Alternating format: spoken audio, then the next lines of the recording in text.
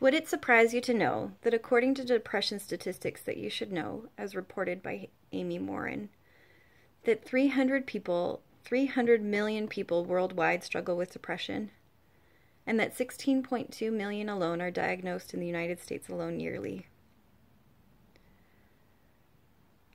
Why should you care? These statistics don't take into account those who never receive diagnosis or treatment due to mental health stigmas. Depression is completely treatable, but only half of those who are ever diagnosed receive treatment, and of those that do receive treatment, they waited months and sometimes years. The single greatest risk of untreated depression is suicide. Again, according to Morin, it is the second leading cause of death in those aged 15 to 24 and is the 10th overall nationwide. How would I know this? I have depression. Do you want to know how long I waited to get treatment? 7 years. At first, I didn't know what was wrong with me. I didn't recognize it was for what it was. I fell victim to the stigma of mental health. After I was diagnosed, I didn't receive sufficient help because I didn't want to be seen as weak-willed, and I didn't want to give up my illusion of independence. I was afraid of being seen as a bad mom, and I didn't want people to know how very broken I was. In the end, I didn't get help just for me, but because those that loved me convinced me that I deserved help. So help me to remove the stigma by learning the signs, symptoms, and treatment of depression. First, I will address stigma. So what comes to mind when you think of depression? Do you, like me, fall victim to the stereotypes? Should they look a certain way? Should they act a certain way? Are they constantly negative and gloomy? Are they the poor pity me types that think of death all the time? Do you just think that they're crazy or weird? The book Deconstructing Stigma in Mental Health states that stigma has 3 driving forces behind it: prejudice, ignorance, and discrimination. People who are prevented from seeking help before they can never get a diagnosis. The strength of the stigma is strong enough to keep those that know that something's wrong from getting help because they are afraid of what they will lose.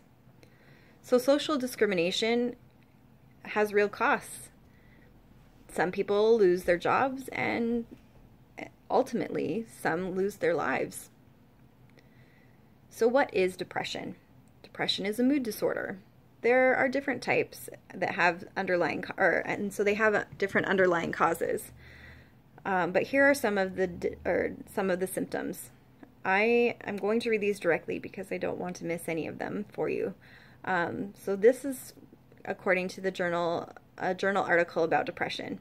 So in order to receive a diagnosis, you need to have at least 5 of the following symptoms: an irritable or depressed mood for a full day, or for most of the day; unintended weight loss or weight gain; hypersomnia, which is sleeping too much; or insomnia, which is is not sleeping enough; loss of energy or fatigue; lack of interest or pleasure in previously enjoyed activities; feelings of excessive guilt, inadequacy, or worthlessness; diminished concentration, indecisiveness, physical slowness or agitation, or recurring thoughts of death.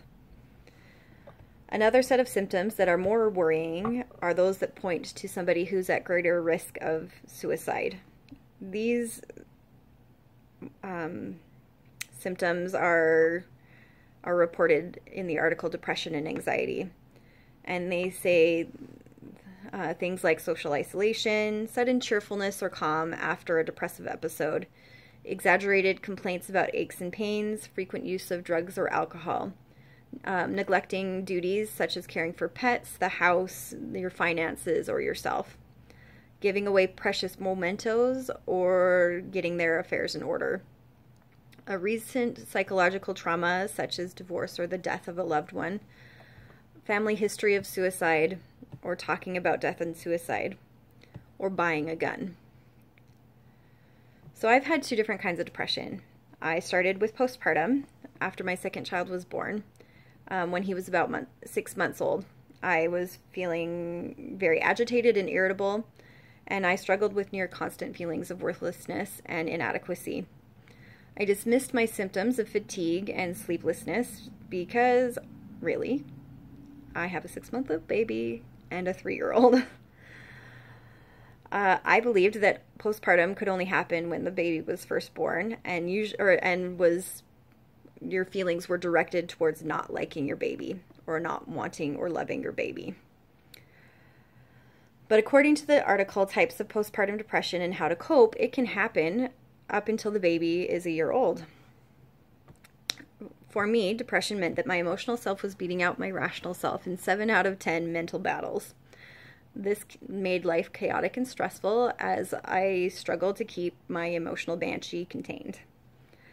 My depression down the line morphed into clinical depression, mostly because the symptoms never really went away.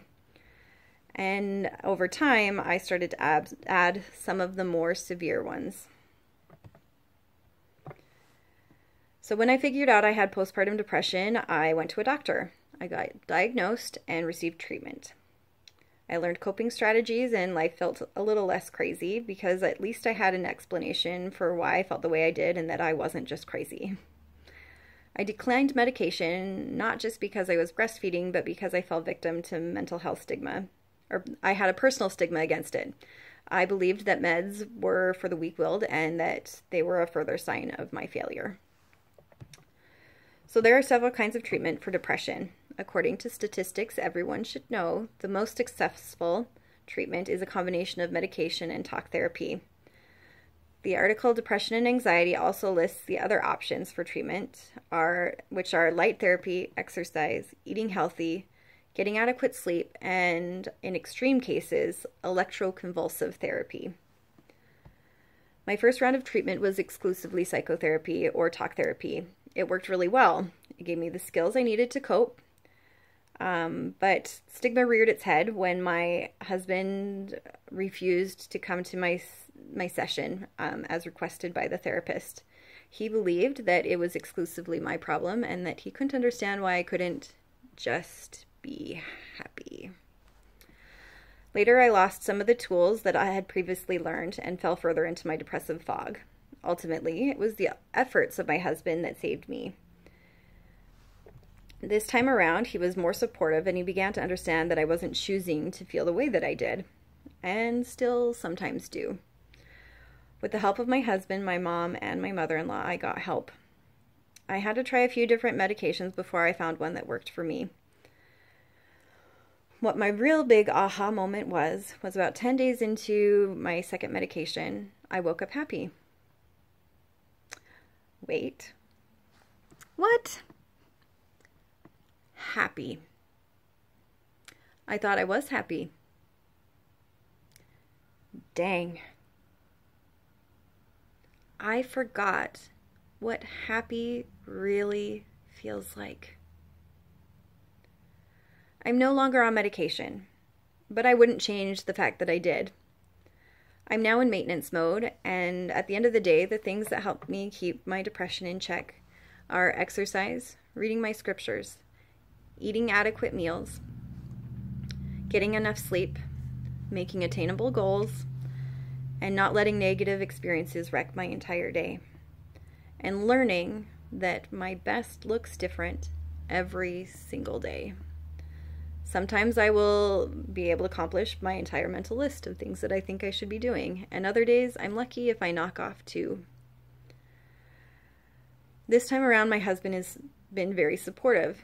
He works to be understanding and is no longer reinforcing the negative thoughts in my head. So what can you do? Help me remove the stigma of depression by remembering to learn the signs and the things that help. Not just because someday you might have depression, but because somebody that you love might. And you might just save a life.